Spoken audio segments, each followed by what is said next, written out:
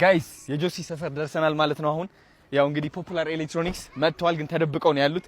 ጆሲ ደወልኩለትና ምን አልኩት? ጆሲ እና ተቀበለኝ አልኩትና በቃ ችግር የለውም እኔ የሆነ ትንሽ ስራ አለችብኝ ሰው እየላኩብህ ነው አለኝና ወንድም አለ ነው አንተ ራስህን አልኩት። የሚገርም ሰፈር ነው ባይዘው። እስኪ እየመጣች ነው ጆሲ፣ እንጠብቀዋለን። ሲያምር ደግሞ በእናትህ ምን አይነት ገነት ነው ይሄ! ሲገርማ ባስኬትቦል መጫወቻ አለው ምናምን፣ እግር ኳስ መጫወት ትችላለህ። ይሄም ፖፑላር ኤሌክትሮኒክስ እዛ ጋር ነው ያለው፣ አሳያቸው።